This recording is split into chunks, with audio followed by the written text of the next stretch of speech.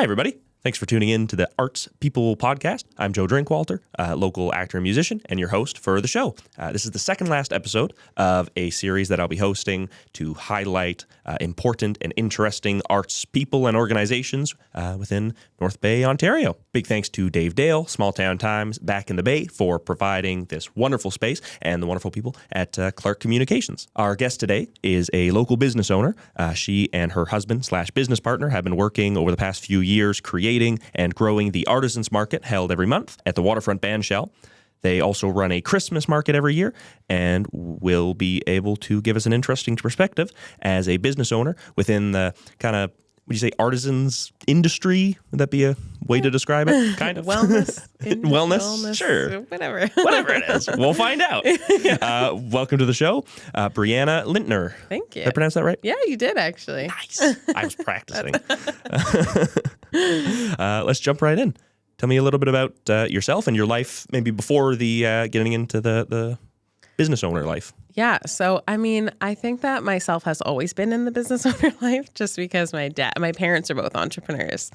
So I very much grew up in that kind of scene and have always known that I wanted to, in some way, shape, or form, be a business owner of some sort. Like I was always like, oh my God, like I got to get this schooling over with so I can like live my life and like become an entrepreneur. But essentially, I went to school in Ottawa for publishing and I worked for a newspaper there and I hated it, absolutely hated it, and was like, I cannot do this for the rest of my life. So I took a year. I was like, okay, I'm going to take a year. And after I graduated and was just like, I'm going to take some classes, like workshops. And I was doing personal training at the time. So I was like, I should take like some nutrition courses or like a little nutrition workshop to add it to my, repertoire of things that I can do as a personal trainer.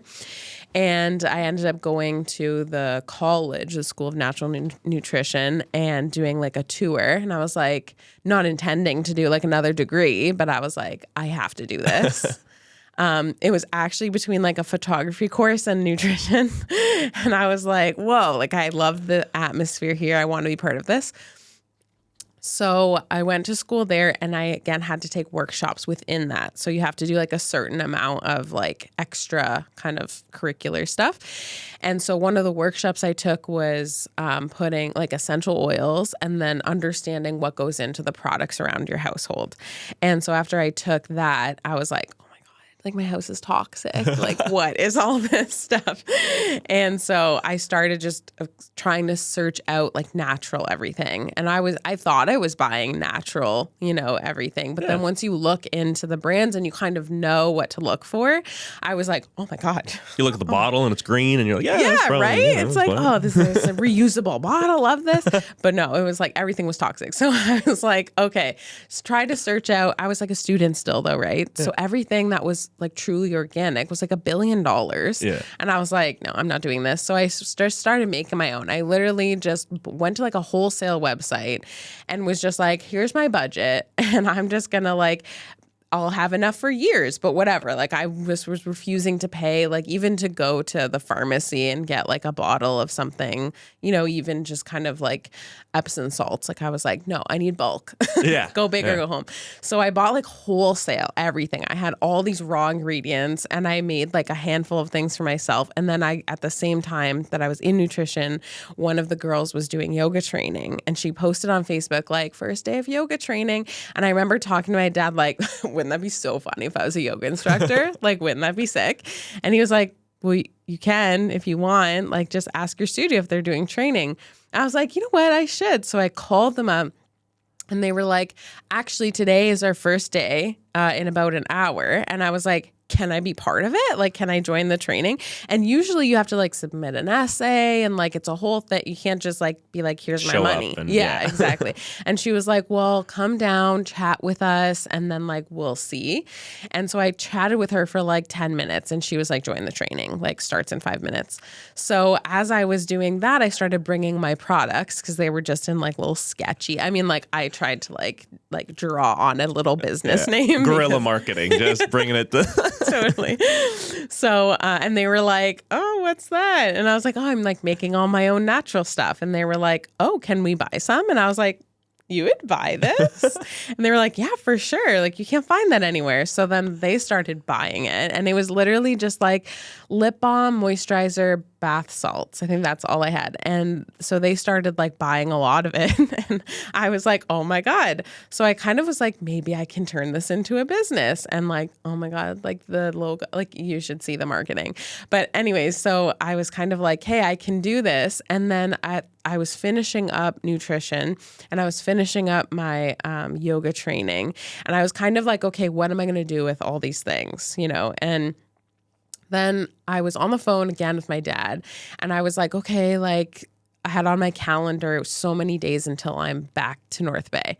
And he was like, I remember specifically, he was like, do you realize that like every time I'm talking to you, you're like having this countdown of like when you're supposed, like the days you're going to be back till you'll be back. And I was like, actually, yeah. And he was like, you kind of live your life. Like, you know, he's a little tricky. Like this is a parent being like, move back. But like, I don't want to show that I'm excited that you want to move back. So he was like, you kind of live your life like waiting until you're kind of back here. And at that point, like all of my friends had just moved back home. Like they finished their degree and they all went back. So my community was really small in Ottawa. And I just kind of was like finding that my daily routine was like, okay, like go to work, go grocery shopping, go to the mall and spend money that you don't have to then go back to work, you know? Yeah. So I was like, you know what, this does make sense. I moved back and I had all these like degrees and I was like, what do I do with this? So I just started, like I applied to the farmer's market and I had like literally just these 3 products. And while I had applied, which I was like, I'm not going to get into the farmer's market. When I moved back, I was like my whole, like big Italian family, right? Like, and I was like, everything here is toxic. We need to change everything. And my dad was actually really on board. My mom, not so much, but she got there. But I was like, you can't be buying factory farm meat. And just when I like gave them a PowerPoint presentation of how they need to change their life. And so we actually like sought out different farms around the area and we went to like go like everything. We got a turkey from one farm, pig from another farm. Like, and while we were picking up the turkey, this guy was like, hey, I do like, actually, if you want to come back, I do a big like turkey ball where I just throw all our turkeys, frozen turkeys on this big long table in our barn and people just come to pick them up. And I'm trying to make it an actual event. So I'm trying to have like vendors and your dad told me you have this lip balm and so you should come and like, I won't charge you anything. And I was like, well, I did apply to the farmer's market. So like, I have this picture that I just keep burned in my memory of like my first table. It was like this super sketchy barn, great people, but like sketchy barn and like chickens running around. And just, I had taken like cheesy scrapbook paper and cut like little triangles and made like a little triangle banner for like and there was like a little doll, everything Dollarama. That was my vibe. Nice. And it was just like the loudest marketing you can possibly imagine. Just looked like a 5-year-old put everything together, but I was so proud. And people actually like loved it. Like I sold so many lip balms. That's like, awesome. Yeah. And I was like very like, I mean, still am, that's very much my brand, but very strict on like only the purest essential oils and only like, and all my product, the raw materials, I wanted to make sure they were fair trade and like coming from good sources and the companies they were coming from was like a good source and stuff. And so, and that was very much the brand of the people coming to buy whole turkeys for Thanksgiving from it works out. A local farm. Yeah. So a lot of great feedback from them. Ended up doing the farmer's market, and that's where I really started to understand like market research. And so I was able to talk to so many more people. So whether it people saying, hey, do you have like makeup? Every time someone asked me for something, I was like, no, but I could. Come back next week. But I will. I'll figure it out. I'll figure it out. Exactly. And so that's literally how my products went from having literally 3 things of lip balm, bath salts, and like shea butter moisturizer to now having like a makeup line and an eco clean line and just kind of like everything you can imagine. And then at the same time, people always ask you at the farmer's market, like, oh, like, where else can I find your products? And like only 3% of those people are actually going to seek it out. Like if you have a space or if you have a website, like a very small percent of those people actually followed through. But even just them asking, that's how I was like, I need a website. People want to buy my stuff. I'm going to blow up. I need a website. So I was like, okay, I'll like spend the money and do the thing. And so then that's how I got a website. And then people were like, do you have a location? And like, we would come to your location. And I was like, I don't have a location, but I have a website. And I was kind of like, just thinking, it was in the back of my head, like, imagine if I had a location. And so I had this website and I was continuing going to the farmer's market, but I was only accepted as like a seasonal. So it's basically, they'll call you the night before and say, someone canceled. Can you be there tomorrow? Yeah, exactly. And so that's how I kind of lived my life the first season of it. And again, great, met a lot of people. I started realizing, well, I should advertise my nutrition services here as well. So then I had a whole other section to like the table of like, I got this big poster and I was like, I'm also a registered holistic nutritionist. But then again, I didn't have a space to meet them in. So I was kind of like, oh, like I can meet you at Twigs. And people were kind of like, you know, if you know them, like it was a lot of people that I knew in the beginning that were like, okay, yeah, for sure. But like a lot of people are like, okay, I'll get back to you. Maybe. And so having kind of going through the evolution of the product. People are interested in nutrition. And then I was obviously a yoga instructor, so I started teaching around town. And I was really kind of like, okay, like, this is not really financially, like, how am I going to survive? Like, how am I going to move out of my parents kind of like at the farmer's market teaching like 1 or 2 classes, you know? So I was, in my mind, I was kind of like, imagine if I have everything in one space, but it was not really like I was like, if I can't even really afford to pay myself a wage, how am I going to pay rent? It's not feasible yet. Totally. Yeah. So it was kind of always percolating in my mind of like, how can I make this happen? And again, just getting experience at different yoga studios. I was really just kind of, again, in a yoga sense, doing market research of like, what is the community of like, what is yoga here? Because when I was in Ottawa, it was like totally different. Like everyone was very much like, there was a huge community. People knew what yoga was and all the different lineages of yoga. It was like already established, right? And then in North Bay, when I first moved back, people were like, oh, so like stretching? Like, okay, yeah, but like also a lot more than stretching. But going to the different studios and understanding the different kind of markets of like what people understood in this community, what yoga was. I was doing a lot of like data collection, right? And then I had like actually like a really unfortunate experience at the farmer's market, just with like, there was like a ton of politics. It was, you very much had to kind of suck up to certain people and kind of like know what to say to other people. It was like a game. And I'm like, I don't do that. Like, that's not me. I am who I am, you know? And so there was like a couple really unfortunate experiences. And when I talked to other vendors, they were like, yeah, that's the name of the game at the farmer's market. And I was like, but that shouldn't be, like, that's wrong. And they so were you like, said, I'll make my own farmer's market. Totally. I literally was like, well, there needs to be a place for people. And they were like, yeah, but there's not. And this is the only place. Yeah. And it's also like in bigger cities, there are a bunch of different places that you can like market your stuff and like go and have your table, right? In North Bay, there's pretty much the farmer's market, and then you have to wait for the Christmas markets, right? And I was like, there needs to be more opportunities like for people to actually make decent money, so they're not just waiting for their weekly farmer's market income, you know? Like, why are there not other things that are happening in town, you know? And so on top of my kind of like rage about the business culture in this town, I also was really like, well, there should be more of us. Like, it's not just like it's the farmer's market or it's something else. There should be like a million things going on, right? So my first Artisan's Way was on Airport, and like right across from those like apartment buildings in just this empty parking lot. There was like a bunch of cars parked on it from the dealership across the lot. So I got them to move all the cars, and I was just like $20, like anyone who wants to come. And there was, I think, like maybe 10, 15 of us. But there was a lot of stipulations at the time about the farmer's market and how you could get into it. Like the product had to be very specific, and you couldn't, there was like this huge thing about non-compete. So like there couldn't be there was, I think, allowed maybe 2 people that could sell the same thing.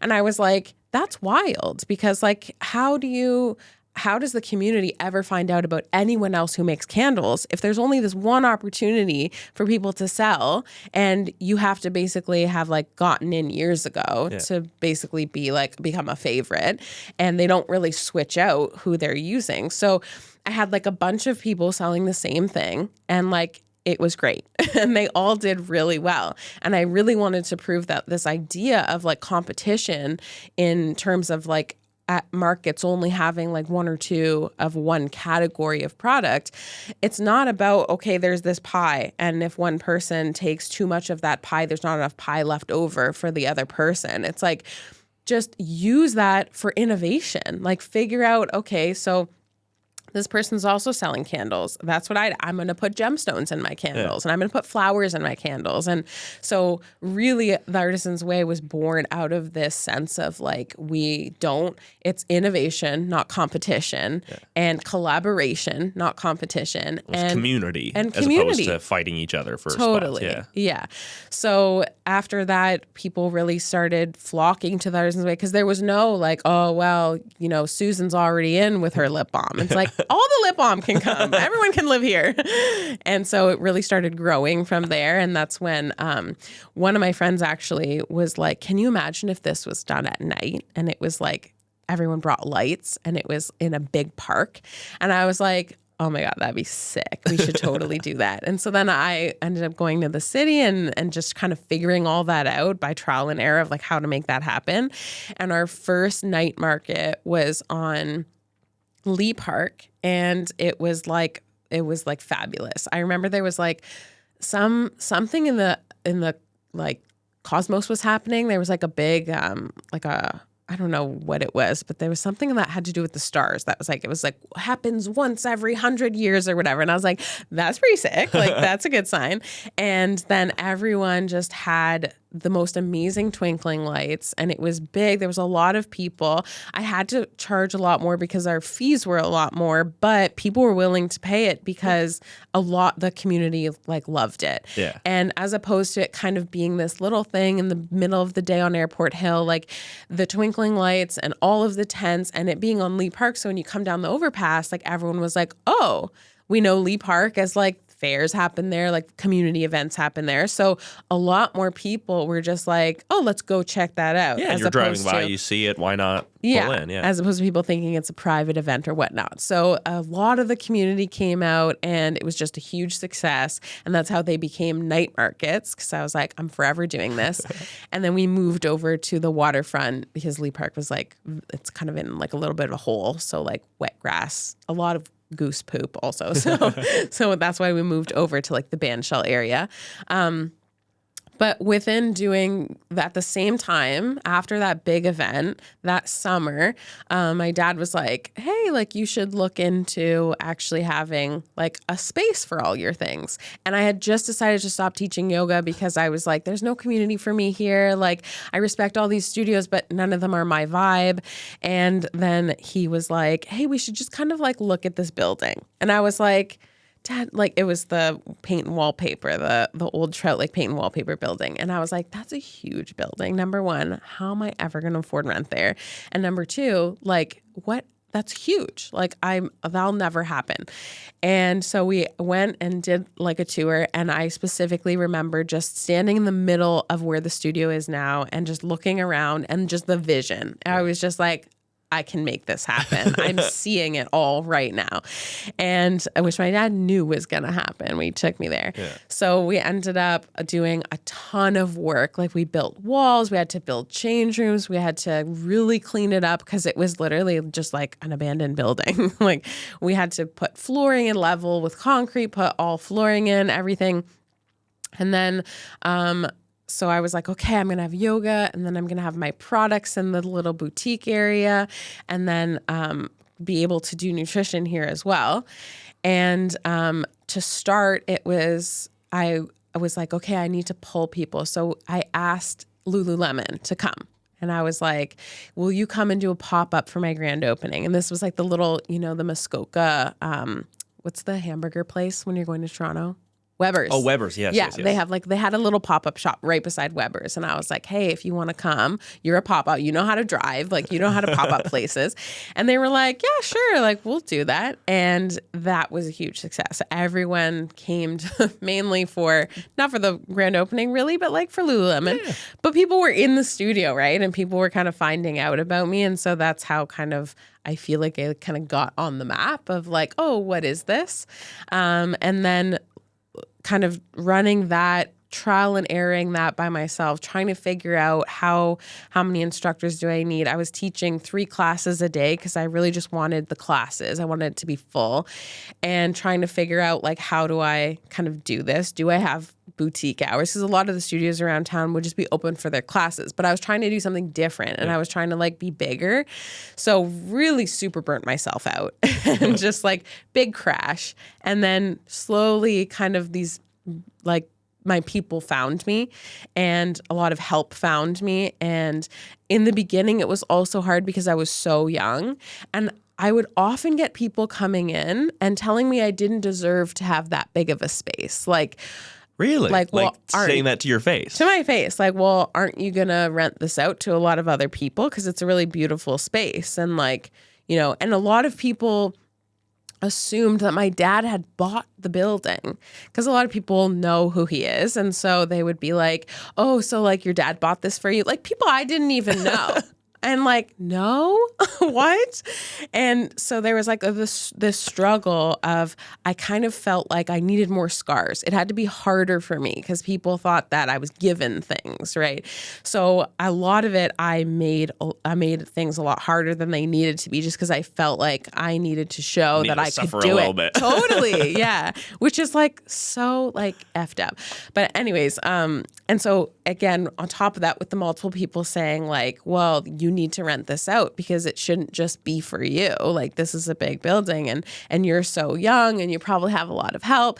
That was in my head. And so it was really hard to kind of define who I was, but I did start listening to that and start renting out the space. And so we did a lot of like workshops, and that was really hard, kind of trial and erroring. How do I share this space with people when a lot of people are also assuming that it's like a BReal event? So then I'm kind of like, okay, so do I have to kind of curate the people who are doing workshops should kind of be part of the wellness vibe?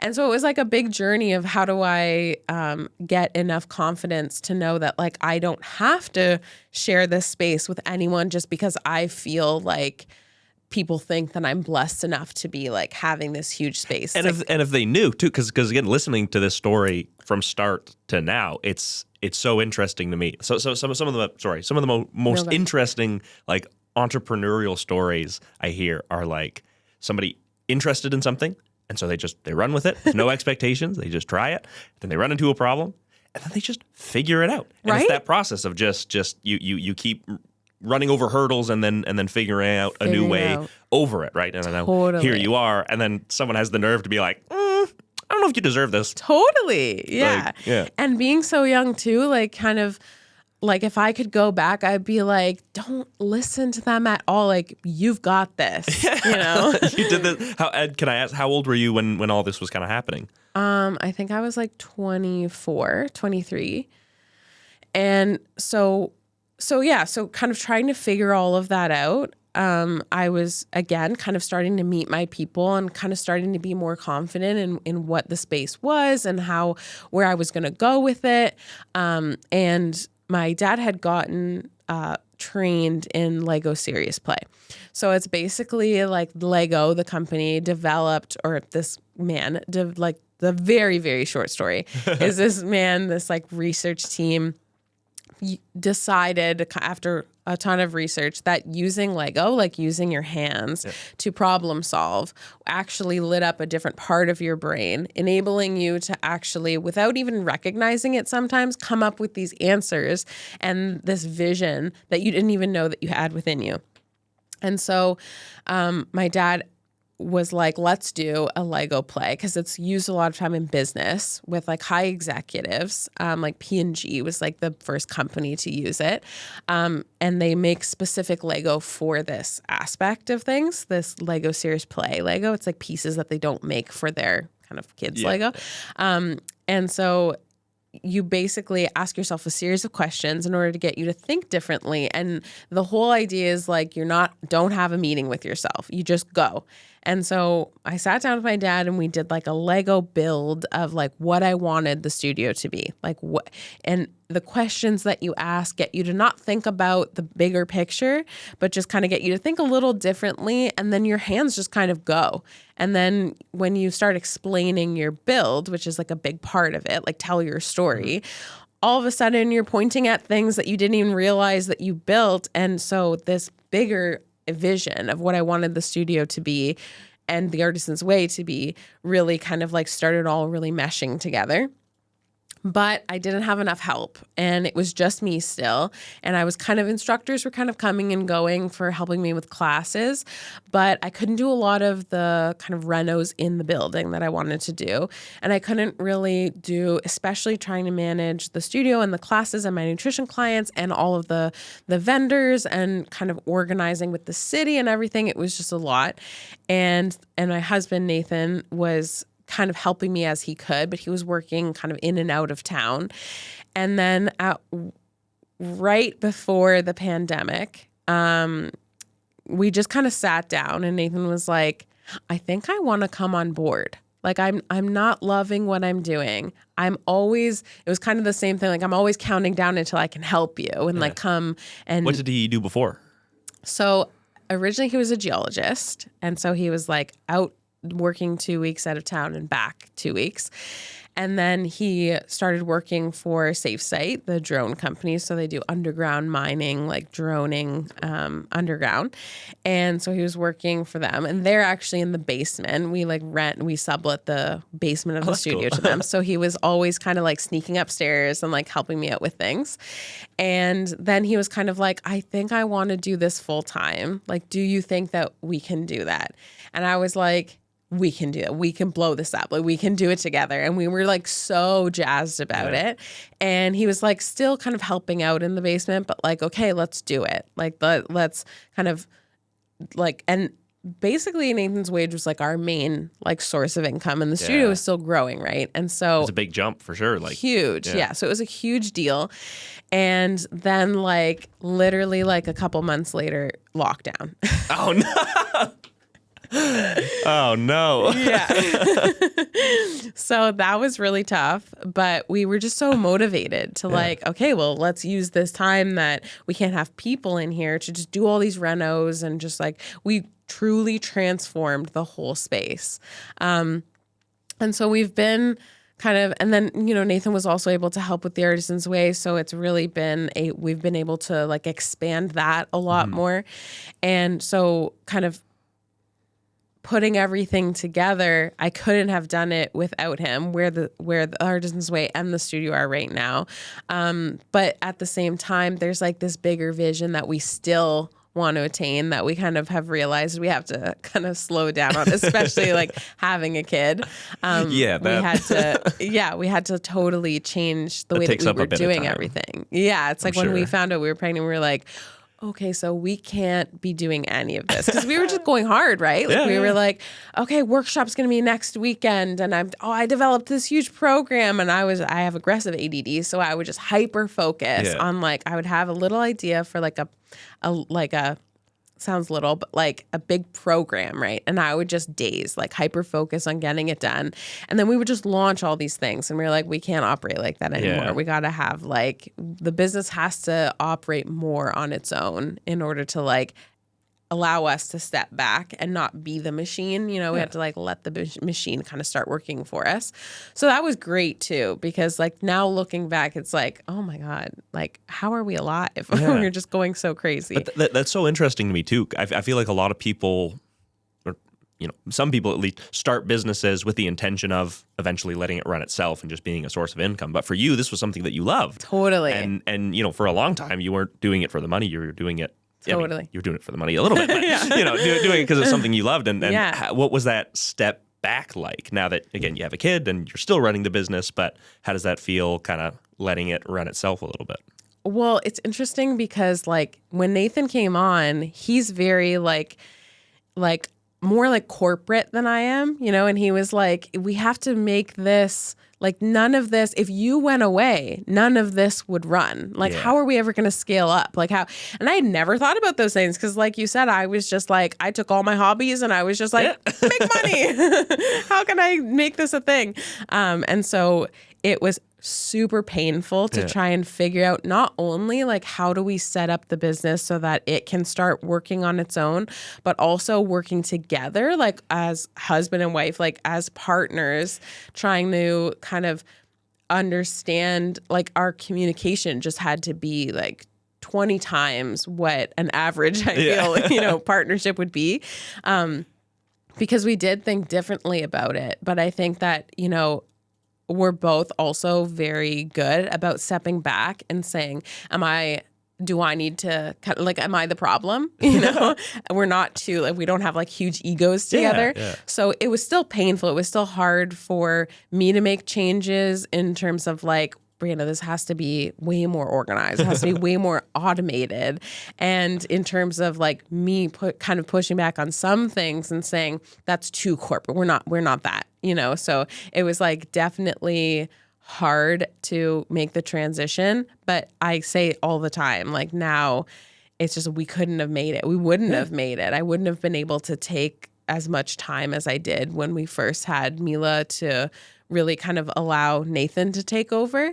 So it's also kind of an interesting thinking about like the amount of control I had to let go that I didn't even realize I was attached to. Yeah. So. Oh, for sure.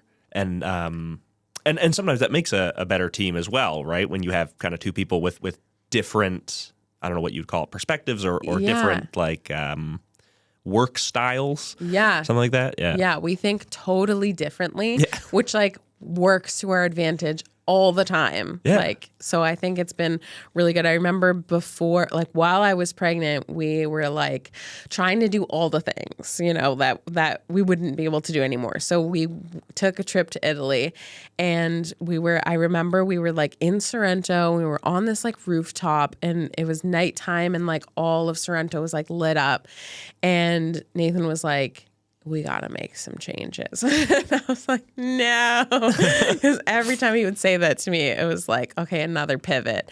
And he's really good about big pivots, like big business changes. And I'm really good at the little pivots. And so like, even with COVID, it's like, we got to change the way we're doing this or that. Like even with the Artisan's Way, when COVID first hit, rather than doing the big shows, I just started doing like maker boxes. And so I would like buy like 10, 20, 30 items, like little items from different makers. And then I would basically just put them all together in like a handmade box and just like hope that I would sell all of them. And then I would go and like drive to like all around, like the surrounding area, like Powassan and Sturgeon, and they're like big handmade supporters. Like I find that with my business and with BReal and with the Artisan's Way, that a lot of people from the outskirts, I don't know if that's just like my findings, but really like supportive and like they really see the value in handmade.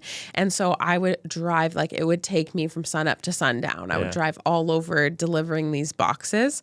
And that kind of pivot was good in the moment of like, okay, the makers are still getting support. I'm still kind of having something that I can kind of do and deliver and keep the Artisan's Way alive. But then Nathan was like, honey, this is not sustainable. Like you can't keep... You're driving for 14 hours a day. And like, think about add in the time, add in the gas, like all of those things that when you're just a creative, like you don't really think about. Yeah. You're just kind of like, let's go, but I'm having a good time, It's almost like it's not the maybe the best way to do it, but it's the first way you thought of. It's maybe the easiest way to do it, other than like organizing deliveries and you know what I mean. You just want to get it done. Yeah. Yeah. And so I find it between Nathan and how he really wanted to kind of scale up the business, then also the help of my dad having, being an entrepreneur and understanding, especially like his specialty was like helping businesses operate better. Right. And so he was really able to kind of change my perspective as well around once you start becoming bigger, you're not just selling stuff off your table once a week. You really have all these moving parts, and you have to not only keep the lights on, but then also be innovating and be pivoting all the time. So kind of trying to figure out a way of putting all that organization together when I can be like obsessive over planning. Yeah. So I was taking, all this information my dad was giving me of like, hey, here's how to like plan on more of a corporate level. And then Nathan hates planning, like absolutely hates it. He's a big Gemini, hates planning. And so like he would be like, that's such a waste of time, I'd rather do. And so again, this was like a really good thing where like he was stopping me from spending like weeks just planning instead of doing, but I was also bringing in more organization of like, again, when you have all these moving parts and now, you have to do all the financials and we weren't in a space to be able to hire anyone for that. So trying to figure out doing the cash flowing and and like all these spreadsheets and now were throwing coming a at kid me. into the mix. Yeah, totally. So there's like planning is definitely like a huge aspect to being able to do all the things that we do, like keeping everything organized and kind of like so that we understand a bigger picture, because I find when you're doing so many things, you can get caught up in just either just keeping the lights on and then you're never really thinking about like, hey, but what's moving your bus forward? Yeah. Because you have to be constantly juggling, I like as a startup in general, I feel like, or a small business in general,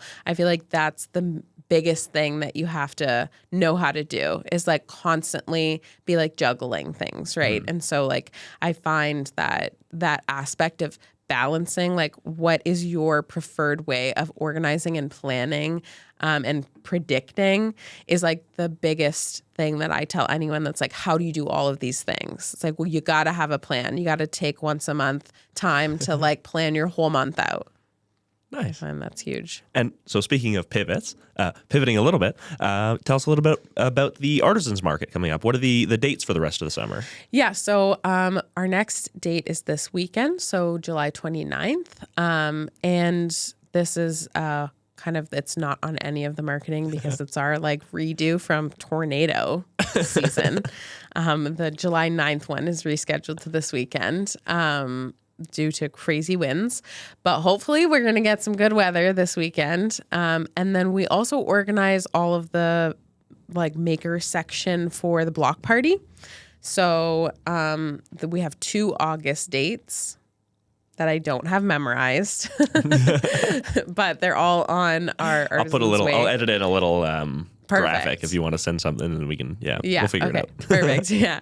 But we're monthly and we're every summer. So typically we try and do the beginning of every month, like the first weekend of every month. And it's always 6 to 10 p.m. It's always at the band shell. Except when we do the block party, obviously we're on Main Street this year. We're in a different location because Main Street is kind of being like ripped apart. But yeah, we've got for the block party one, we've got over 50 vendors for that one. So that's going to be big and great. And then we've consistently been growing. So right now our average is about 30 vendors and we're kind of like consistently getting more every event.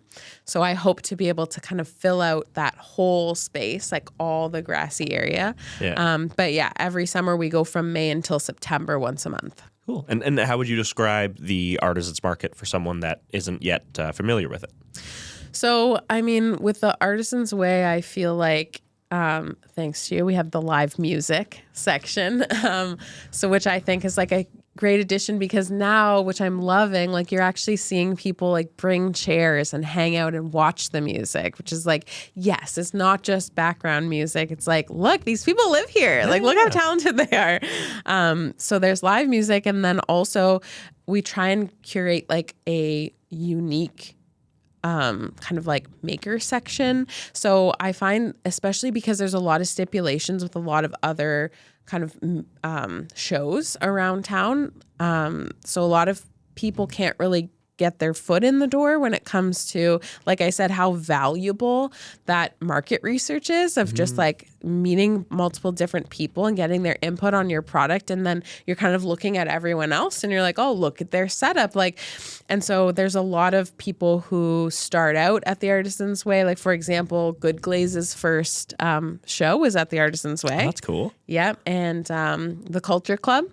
she first started at the Artisan's Way. And so I think that you can find like everything from like crystal anything, crystal bracelets, jewelry, like a lot of jewelry, but also like really unique stuff. Like we've had a girl selling like a bunch of different plants. Like she would just like, she made like propagated like air plants and all plants in general. It was like really cool, her setup. And then we also now have started to get people from out of town. So like all around the north now, people are from kind of like not just Sudbury, but even farther. People are kind of coming. So you really start to get more like unique things and unique setups. Like I think a big part of the Artisan's Way, not only that everyone has twinkly lights and it's like really cute. Really pretty. The vibe is really cute. But also like you get people, again, like I said, you're constantly looking around, and I find that vibe is constantly being elevated because everyone's constantly like, that's a sick idea or that's really cool. And we really try and help our makers like understand that that's huge for your sales. Yeah. And so the setups that people have, I feel are really cool. We also try and give them like, we gave out a pamphlet at the beginning of the year, like a booklet of like, here are the top tips that I've found after this many years in the game of like how to elevate your business with spending no money, but just like the way that you communicate with people and like making connections with your neighbors and just things like that. So you can find, I feel, a big sense of community, a really unique sense of, you know, products, and like just really cool people. Like everyone is like really down to earth. And like just really cool in general. Nice. And so, yeah, what's next for the market in the summers to come? How do you hope to grow it, other than, of course, more vendors? Yeah, so we really want to turn it into more of like not just having like the makers, but more of like this big family friendly event.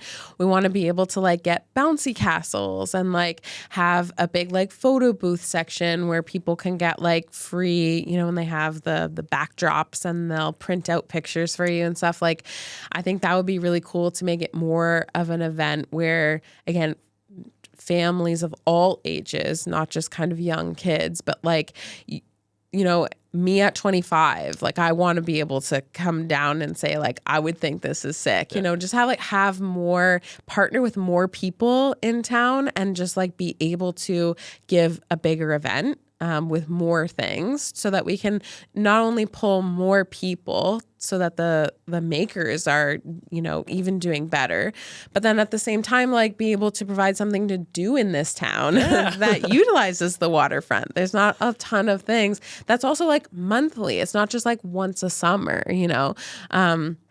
So yeah, we really want to partner with more businesses in town to be able to do that. And then we also cannot get food vendors. I don't know why. We've been trying.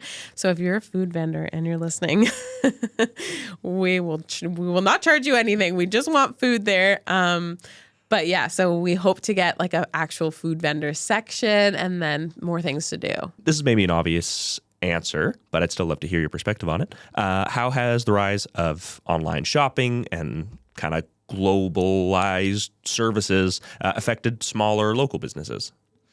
I mean, I think that if you're an innovative, you know, entrepreneur and you're kind of open to like learning and trying, then it's really kind of helped. It's been huge in that sense of being able to now reach out to a bunch of other spaces, like your marketplace grew. I think that it's not necessarily, I mean, shopping local and having a physical space is a totally different game than having an online space. So we have an Etsy and we also have an Amazon storefront, and those are full-time jobs. And it's totally different because you now are competing with the rest of the world. And maybe not the word competing, but you have to really be unique. Your marketing has to be really on point.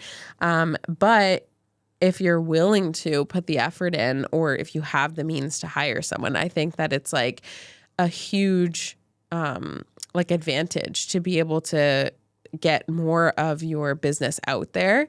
And we've had a lot of people reach out to us just from people seeing our stuff online, whether it's our website or on Etsy or whatever. And we've had like a lot of really good business opportunities with people in that sense. I know that there was talkings of creating like a North Bay Amazon, like a space. There is, I think, a One Red Maple, I think is the name of it. It's like, from what I understand. Yeah. And maybe someone can correct me in like the comment section or something, but it's like an app on your phone. So you can find, local businesses for whatever you're looking for. And then I believe it was also potentially going to be like a plugin for your browser. So if you search like, blue hoodie for Amazon, then it'll show the local businesses first and then kind of the global stuff. I think that, again, like with Amazon, I mean, it's great that they do have a handmade section where, like someone like us can have our products on Amazon. But then at the same time, like I think there always needs to exist in every community the understanding and the value of shopping local, and not necessarily needing to kind of like changing your brain so that you don't necessarily just go click Amazon, which like I can be guilty with, it's like, I want that thing. I know I can get it in 2 seconds, but there's also, now being an entrepreneur and having a small business, you do see that there is a big community of people in this town who really value shopping local and will do it over, even though it's an easier option. Last week, we just had someone come in and say, do you sell this brand of yoga mat? And I was like, yep. And they were like, do you have this color in this size? And I was like, I don't, but I can. And they were like, you know what? We would rather wait the extra time because we know the value of shopping local. And I would rather give my money to you and have you kind of like know that I'm helping the community and giving back to the community. So there always is this aspect of like valuing that in this town. And I think there always has to be. And I think I think the Artisan's Way helps grow that aspect of like seeing people, like being able to go down to this beautiful space with this wonderful vibe and like talking to the people who actually take the time to make these things. And yes, they are more expensive than something you might get like 100 of on Amazon, but being able to like talk to the maker and them tell you this is how many hours I put into it, that's different. Like that hits different when you put that ring on your finger that that someone actually like welded together. You met the person who made that. Yeah. Especially like, again, that's why we put effort into where our raw materials come from, because it's not just like, oh yeah, we buy from China and then we put it together and we give it to you. It's like, no, we try and make sure that the raw materials are coming from a space that is helping their community and economy, because we know that's why you're shopping from us, because you care about your community and the economy and the planet in general. Lovely. I won't keep you much longer. I know you got a kid to get back to, but is there any final thoughts? Anything you'd like to say to the world and or, a small portion of North Bay that might be watching and listening?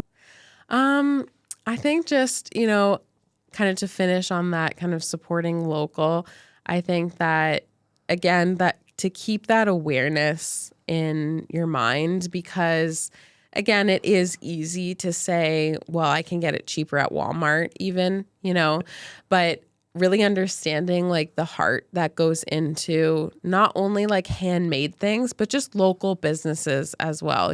Like even, we have a young daughter and we try to go to Junior Worlds for like a lot of the things that you can just easily get on Amazon or even go to the mall for, it's like trying and now we have like a great reputation with the owner, because like there is this sense of community when she's like, this is my livelihood. Like I have kids too. And this is how I put food on their table, So I think that more people need to realize the ripple effect of small business and local business.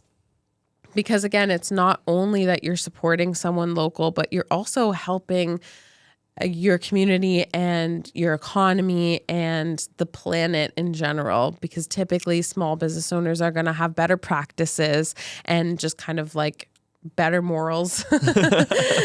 So just, and a lot of people do say like, oh, you know, the world is kind of like in a mess right now, but what can you do? Well, you really can vote with your dollar. You know, you really can try and reach out to, you know, giving your dollar back to our community and back to people in this town, as opposed to larger corporations, which at the end of the day are a big part of why the world is a mess right now. So really thinking about, you know, it's not just, oh, we should, you know, during the pandemic, there was a huge, let's support local and you know, we had a Mother's Day baskets during the, beginning of the pandemic, and I was offering like to put baskets and deliver them together, put baskets together and deliver them with a bunch of BReal product and trying to kind of get other makers stuff in there. And that first Mother's Day, we delivered like 30 baskets. And there was that big push for like support local, everything, everyone's in trouble. Well, businesses are still recovering from the pandemic. Sure. Like everyone that I've talked to, especially with like inflation, small businesses are like really suffering more. And so, you know, like thinking about not just like, oh, this was like a nice thing to do over the pandemic. Like last Mother's Day, we had 0 Mother's Day baskets. Like no one bought any baskets.